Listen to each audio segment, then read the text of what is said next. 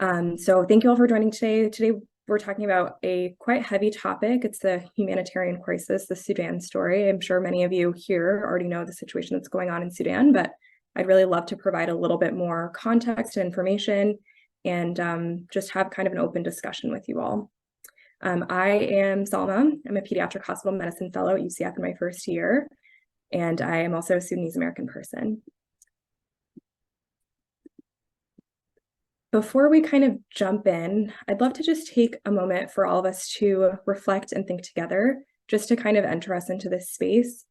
And I want people not specifically to think about necessarily the situation in Sudan, but I want people to maybe just think about a time that you, a family member, a friend, somebody in your life has been affected by civil unrest.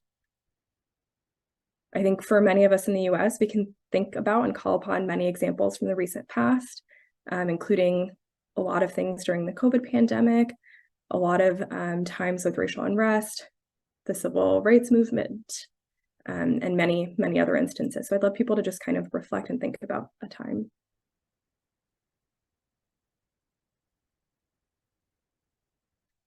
And then the other thing I would really love is if people can just share either in the chat or if people are brave enough to maybe unmute, what brought you to this talk today?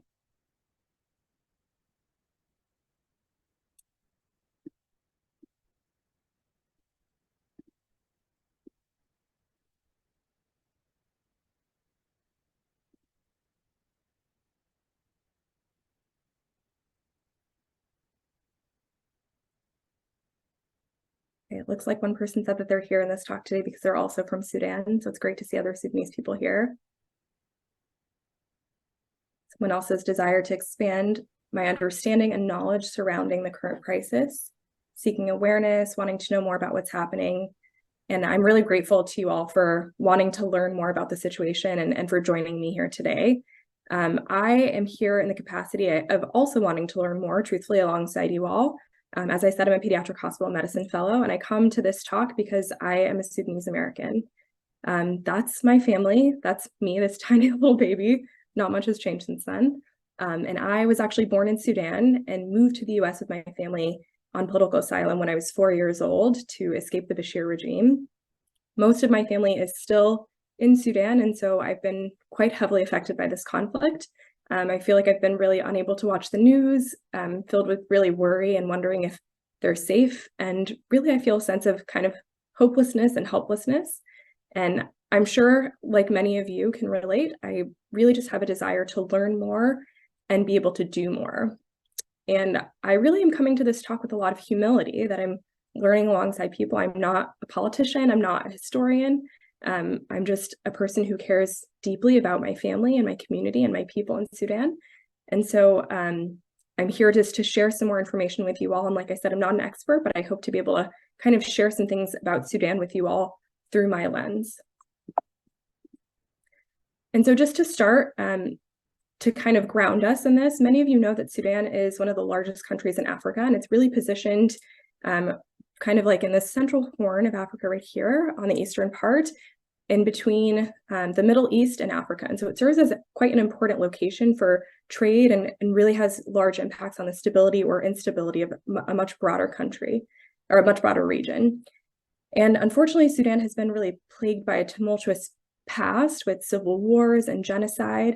And most of the conflict that I think many people are familiar with was the conflict in Darfur, or the genocide in Darfur, that stemmed from variation in ethnic and religious groups. So the north being largely Arab Muslims, and the south and many parts of the west being darker Africans and Christians or tribal religions. And so that led to genocide really in Darfur that I think a lot of people are familiar with. That started in 2003 and was led by a large group called the Janjaweed, who are still committing war crimes in this area, and we'll talk a little bit about that.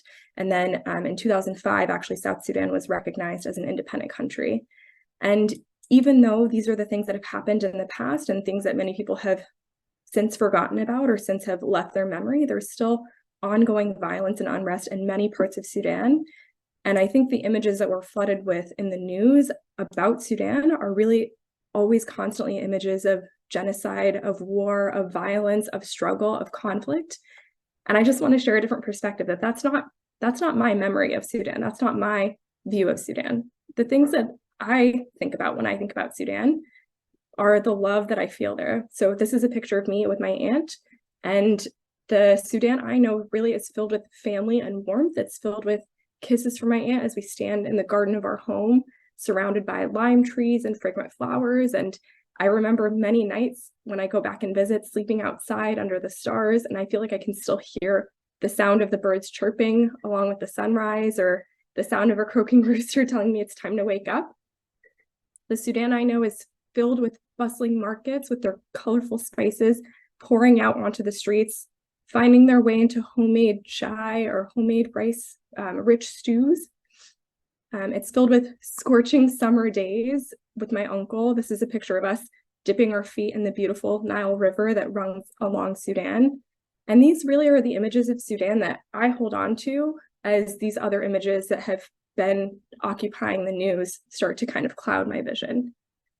And so that brings us to kind of the current situation, where I think we've seen that a lot of the images have replaced bliss with sorrow. The current conflict in Sudan started on April 15th, when infighting broke out between two groups: the military group, also called the Sudan Armed Forces, who were led by this man, General Burhan, and a paramilitary group called the Rapid Support Forces, who are led by this man, Humanitarian. And really what's happening there is a power struggle between these two groups, between these two men that lead these two groups, ahead of a planned transition to a civilian-led government. So although there were hopes to transition eventually peacefully to a civilian government, these two groups have since started fighting, and a lot of civilians have been caught in the crossfire of airstrikes, of bombings, of shootings, and have really been used in this war without any care for their lives. Since the fighting broke out exactly a month ago, over 500 people have been killed and thousands more injured, and these numbers, unfortunately, are still rising. The airport has been demolished, which has limited ability for people to leave. It's also limited access to critical resources in the country. Much of the people in the country are really dependent on humanitarian aid, and aid has not been able to get into the country. The beautiful markets that I referenced just before, many have been burned down, leaving people without food. The water has been shut off, power has been shut off. People have been barricaded inside their homes and really in search of relatives around the area, and have to take these perilous journeys to find safer places to reside in the meantime.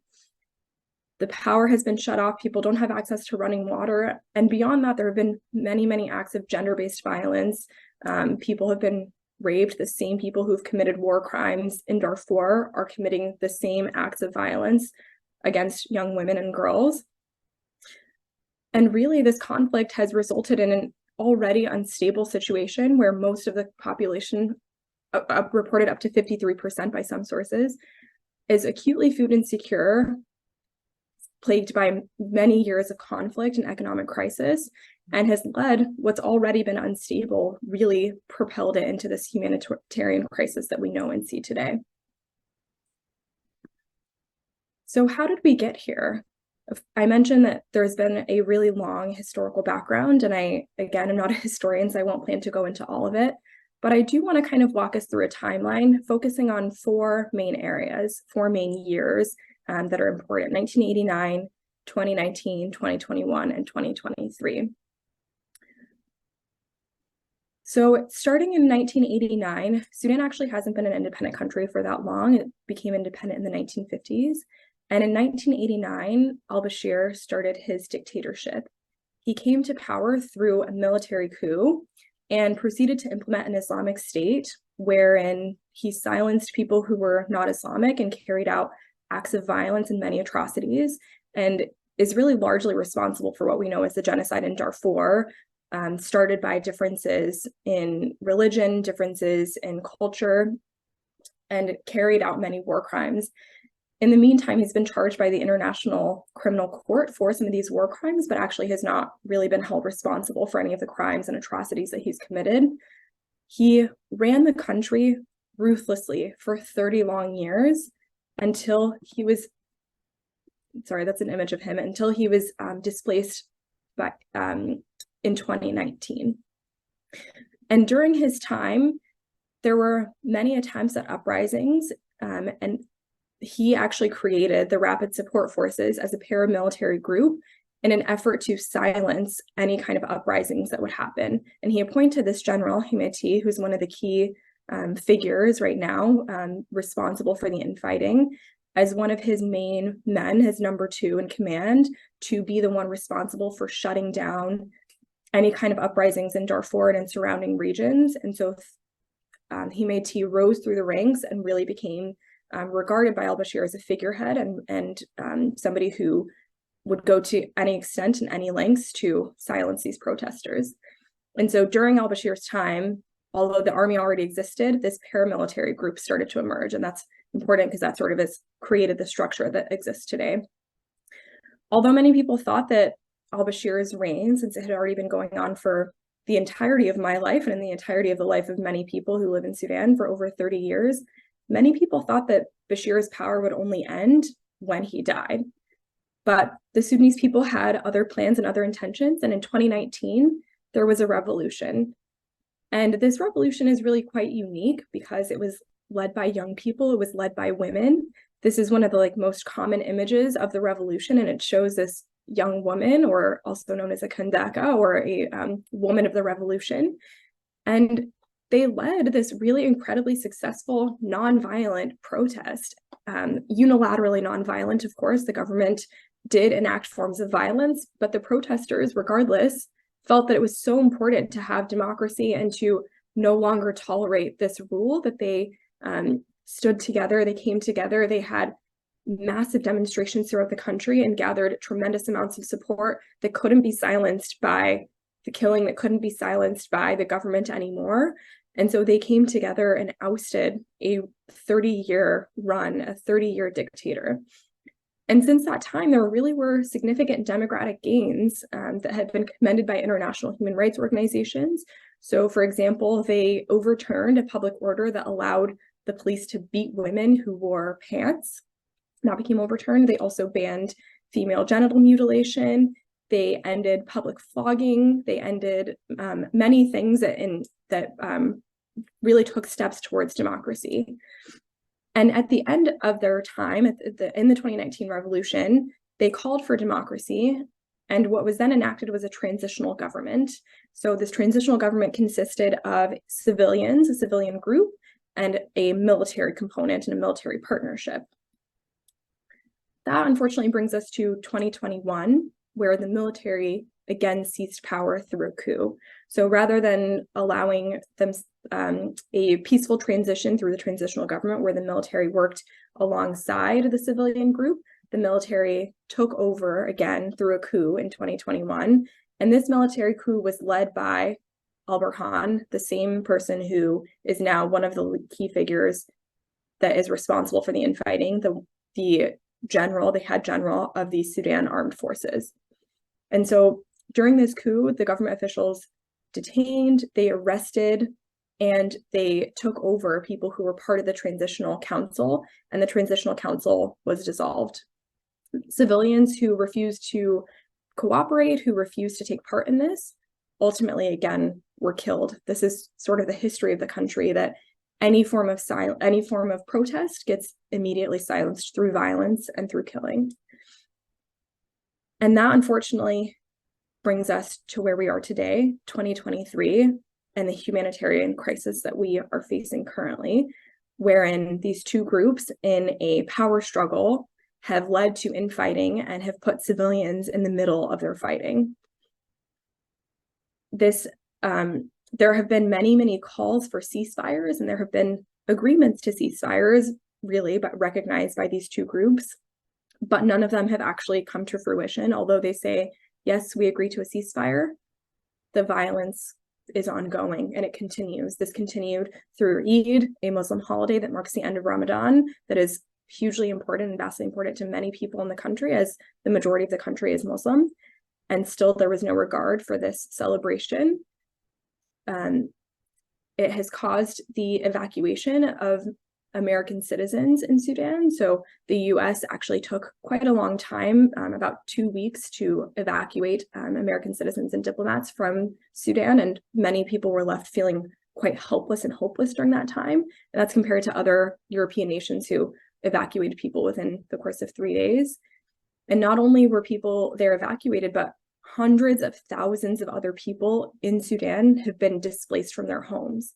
They've taken extremely challenging journeys to get to the neighboring countries like Egypt, Chad, and South Sudan that already themselves are under humanitarian strain. And so you can imagine the strain that's happening on all these countries, and how this has turned a bad situation into something that is really potentially extremely volatile.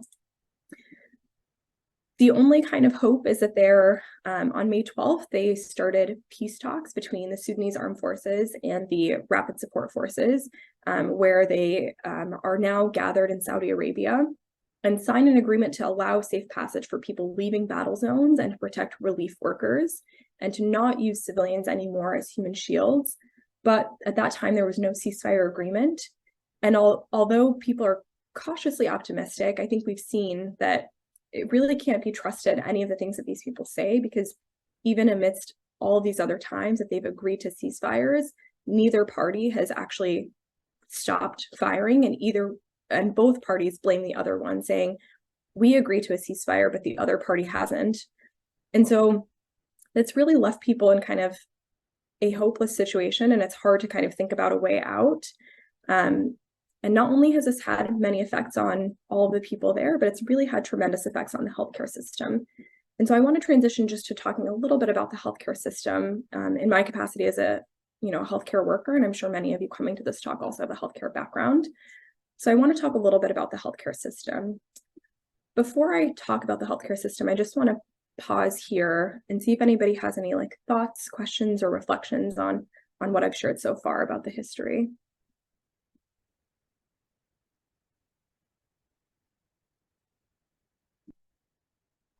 I see someone has their hand. Go ahead, Sohel.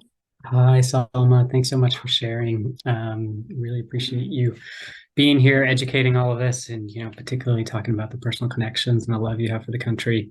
On that broader overview, my question, I suppose, is on the politics.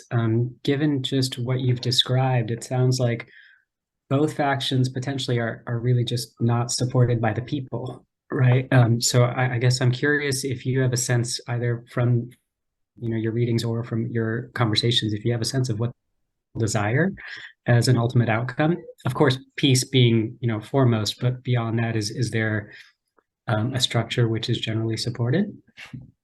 Yeah, that's a great question. You're absolutely right that the majority of Sudanese people don't support either party, and they actually don't want military involvement at all to play a part in the government. It's a political structure that has been largely ruled by the government, or largely ruled by military forces.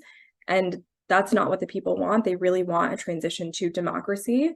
I think it's a little bit challenging to envision how exactly that transition to democracy will happen, because in the past, when they have advocated for a democratic transition through a civilian-led transition, the military is really reluctant to relinquish control.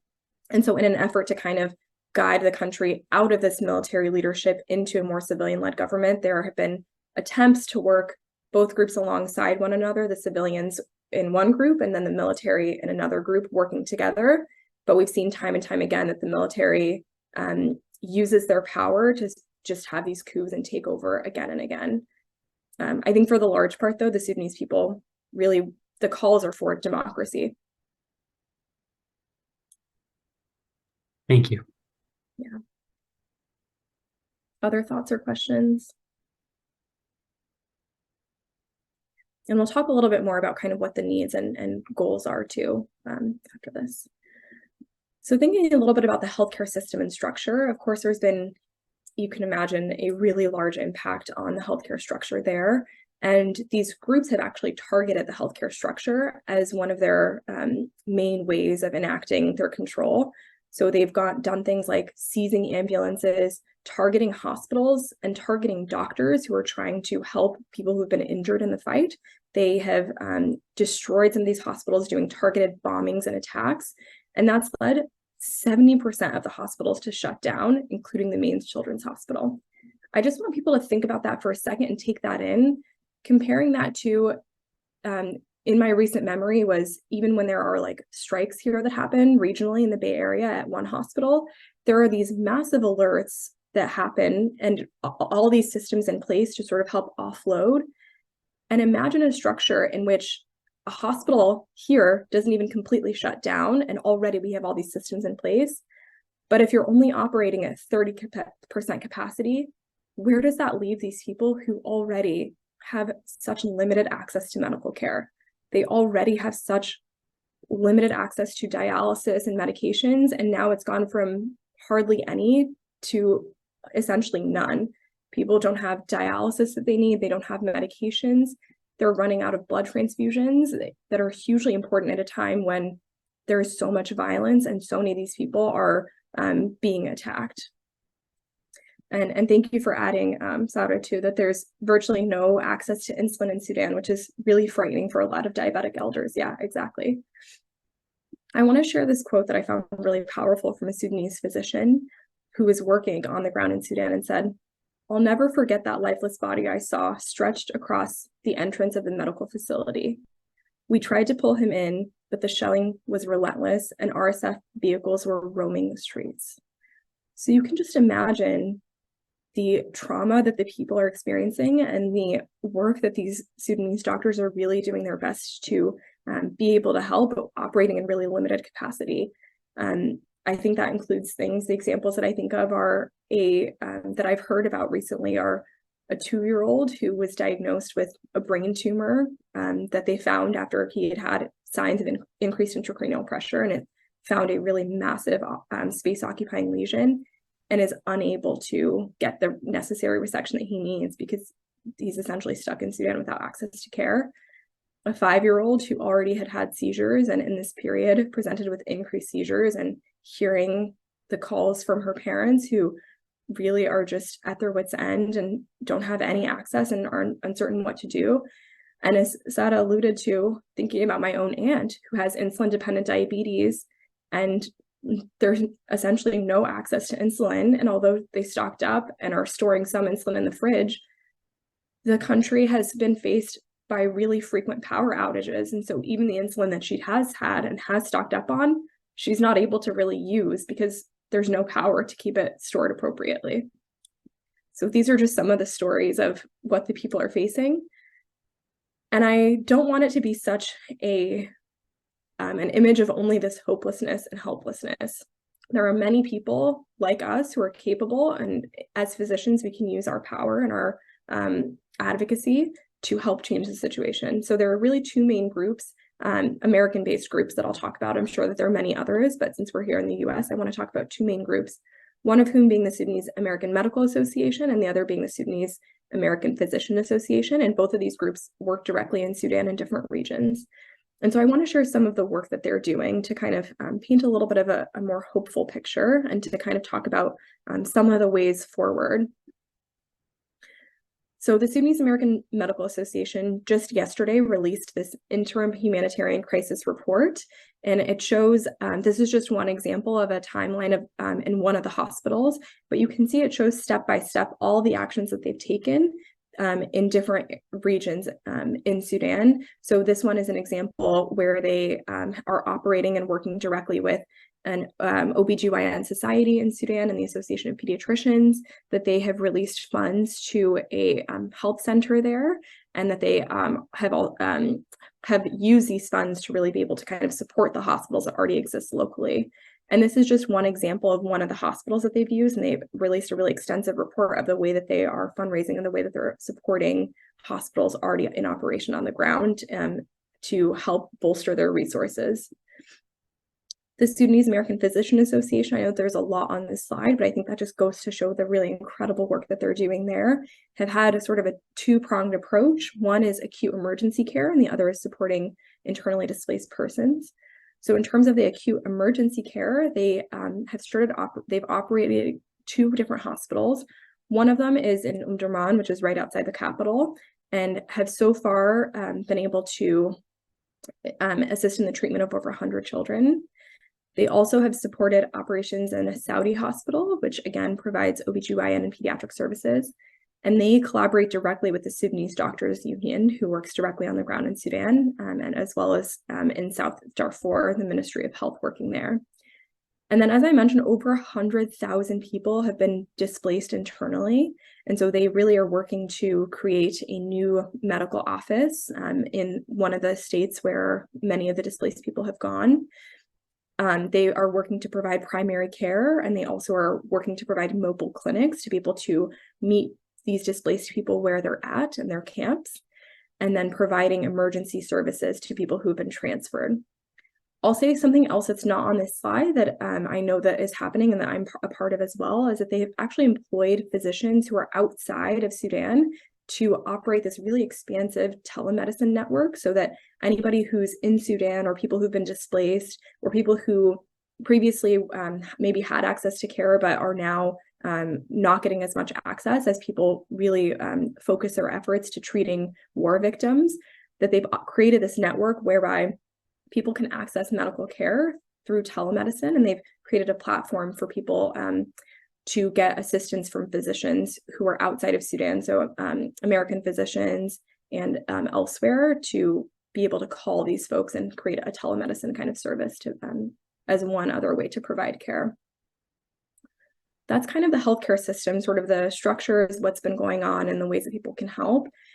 And I really want to highlight, through the Sudanese American Medical Association and the American Physicians Union, the spirit of the Sudanese people, the same spirit that we saw in 2019, the way that people stood together and really rose up in a peaceful way to kind of call for what they wanted.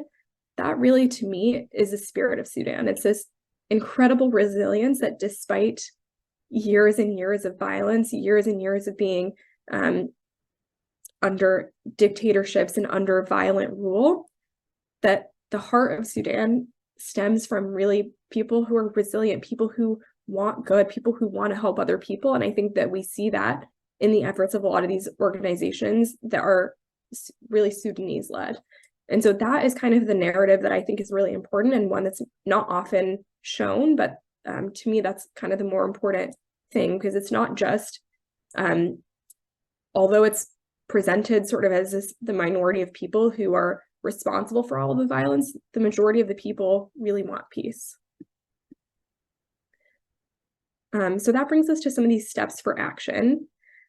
And to me, there are sort of three main areas of action. There's education, advocacy, and donation. And before we talk about any of those, I just want to talk about some of the current and future needs. I think Sohail had asked a little bit about this, about what are the goals of the Sudanese people? What are some of the needs and wants? I think first and foremost, understandably, in a time when so many people are still being killed and there's still so much violence, the main ask is just for peace. People really want a ceasefire. They want peace. They want all the violence to end. They don't want people, innocent civilians, losing their lives, afraid to leave their homes, being displaced. They really want to return to peace at the very, very minimum. The other thing that's being called for is accountability via channels like the International Criminal Court, amongst others. I mentioned that this is the group that where Omar al-Bashir was tried for some of his war crimes. But I think we've seen really historically, time and time again, that there's really no accountability for any of these players who are enacting all of these war crimes. And without that, this will inevitably continue.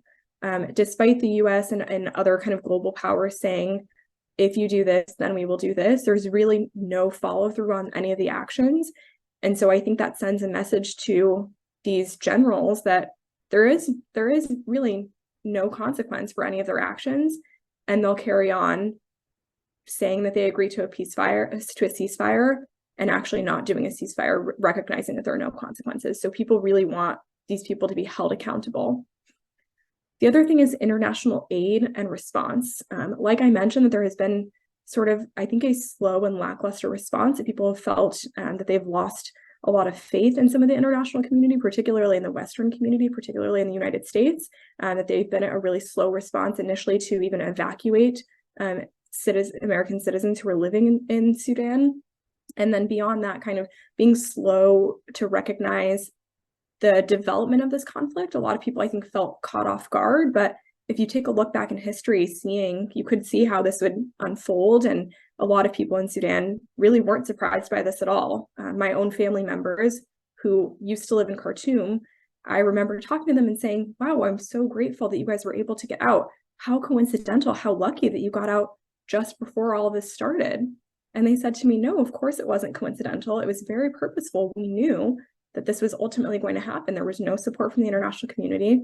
There were no calls. There was no accountability taken. And so rather than having more support back in 2019, back in 2021, when there was really prime opportunity to be able to transition peacefully to a democratic government, none of that was really present. And that's sort of what's led to where we are today.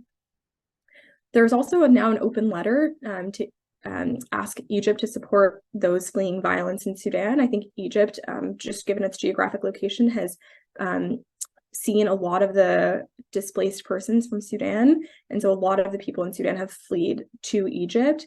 And of course, then that really needs a lot of support from Egypt to be able to take on these refugees and be able to provide a support. And so there's an open letter, and that's one of the asks too. And then another ask is civilian involvement in these decisions. I mentioned that there right now are peace talks that are happening in Saudi Arabia, but notably the people who are missing at the table are the civilians. Many of these people, many of the times in the past when there have been discussions, political decisions, understandably have really focused on the generals, since they're the ones who are in charge and carrying out a lot of these violent crimes. But that really leaves out an important voice, and not only an important voice, but a majority voice, the civilians who want democracy, the civilians who have been the ones who called for revolution, who have been trying to shift the way in which Sudan is governed, are often left out of a lot of these decisions. And then that results in sort of these discussions without a majority of the people being involved. And then the ultimate goal, of course, is a transition to democracy. I think it's really hard to know in the current state right now, when there's so much else to focus on, just really asking for people to not be killed anymore. It's hard to envision a world in which democracy is able to be realized, but that's the ultimate goal. And I think a lot of people are really hopeful that that can still happen.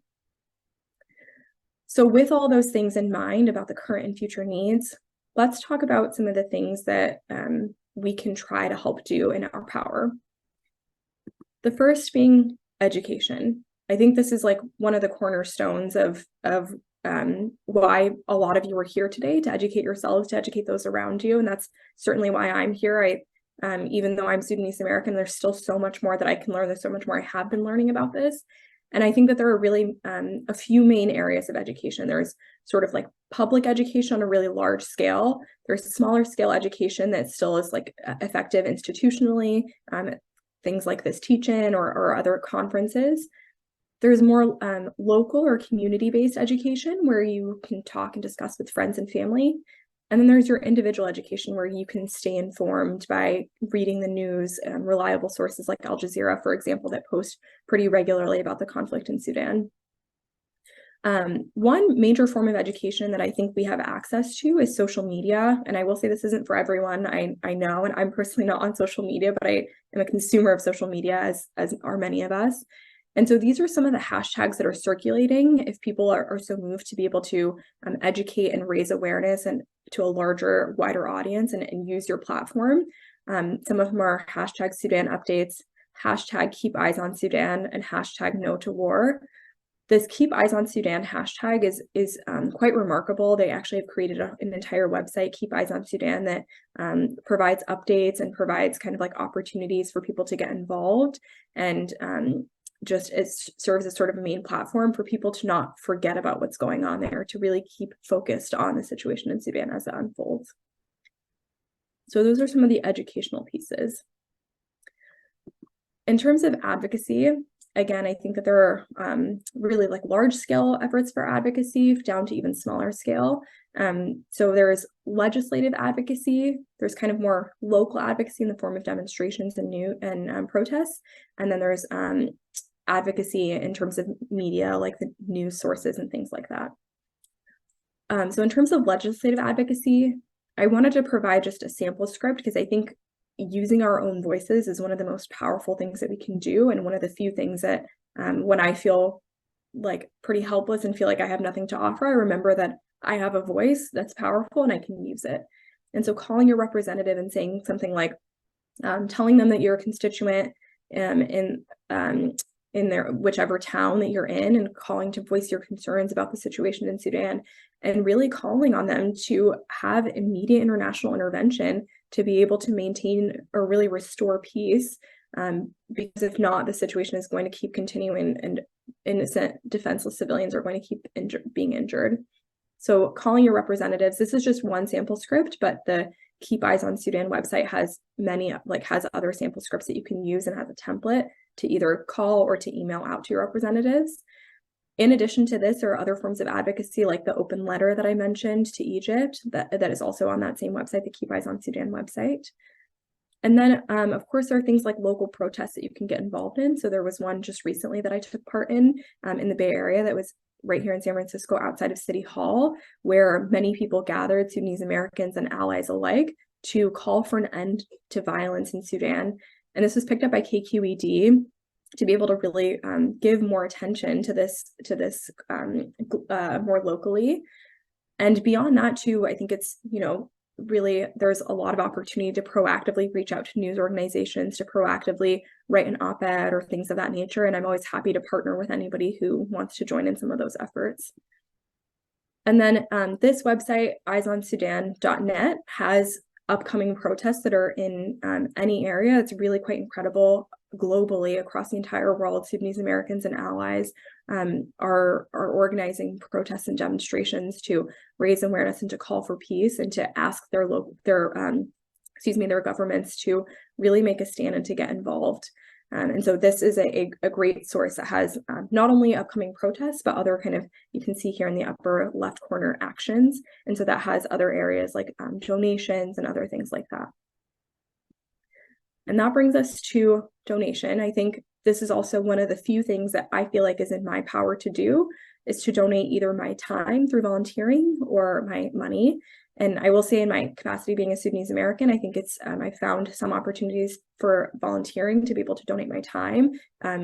Luckily, I'm able to speak Arabic and can take part in some of the things like telemedicine and other things. There are other ways to volunteer as well, even if you're not Sudanese or you don't speak Arabic, that are maybe a little bit harder to come by, especially as the conflict unfolds. It's really hard for humanitarian aid organizations to take on new volunteers at this point. But there are still ways that we can donate our time by calling our representatives and using the time and the voices that we do have. And the other thing, of course, is that we can always donate our resources in the form of making monetary donations. So in situations like this, I think it's really always important to donate to trusted organizations that already have a long history of providing humanitarian aid in regions like Sudan. So that's things like UNICEF and Save the Children that are really known organizations that have been already working there.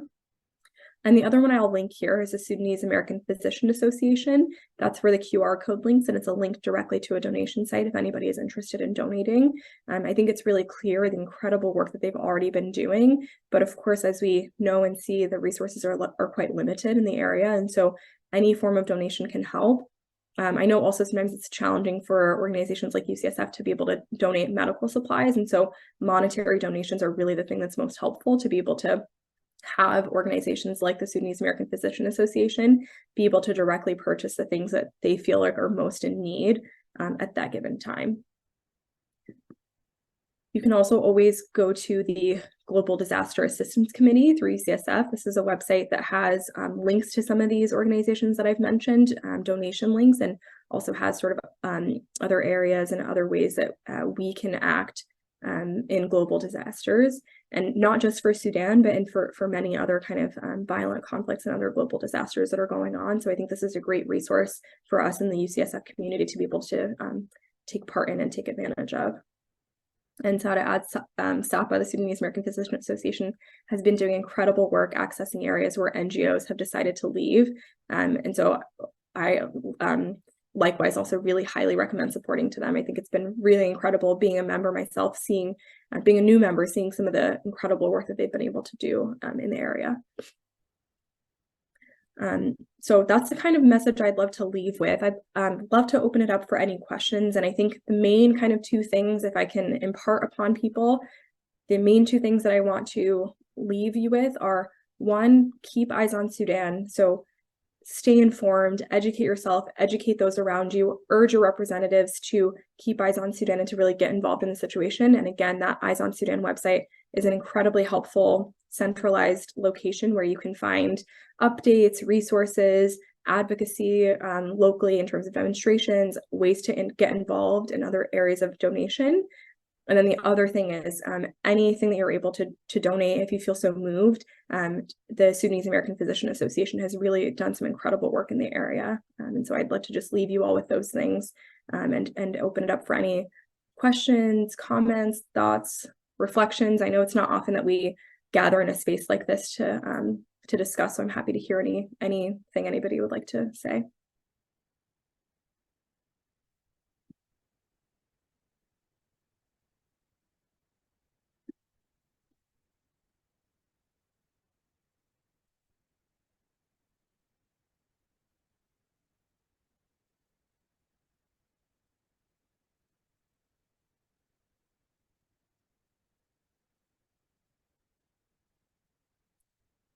Oh, looks like Miley, you've got your hand raised. Go ahead. Yeah, I just wanted to say this has been an incredible presentation, and it's so clear, and you present the problems and the solutions so easily for us to follow and take action. So I wanted to thank you. And also, I know that the material is up on GDAC, and I hope that we can link this to GDAC as well as to IGHS, what other website it's going to be on, because I think many, many more people will be interested. And I just heard about this at the last minute, so I think there are probably a lot of people that want to hear it. So thank you. Yeah, thank you. I'm happy to share it with GDAC or anybody else. And I'm happy for any information that I share here to be circulated. I'm not the owner of this information. I would love for anybody to use their voices to continue expanding to their networks and communicating this to anyone. I think there was a question about embassies and whether or not the embassies have reopened. I actually am not entirely sure about the embassies, if they've reopened or not. I don't think so right now. It seems like right now the sort of focus has been on evacuating people from Sudan who are still there, including any diplomats who are there. And so my understanding right now is that the embassies are still closed. But if anybody has more information, please feel free to chime in. Maybe I just wanted to add, they're not just still closed, they actually evacuated their people with Sudanese passports still locked in the embassies, and a lot of people have been trapped in the country because of that, because they applied for visas and couldn't access their passports after. So it's been frustrating, actually. Yeah, to say the least.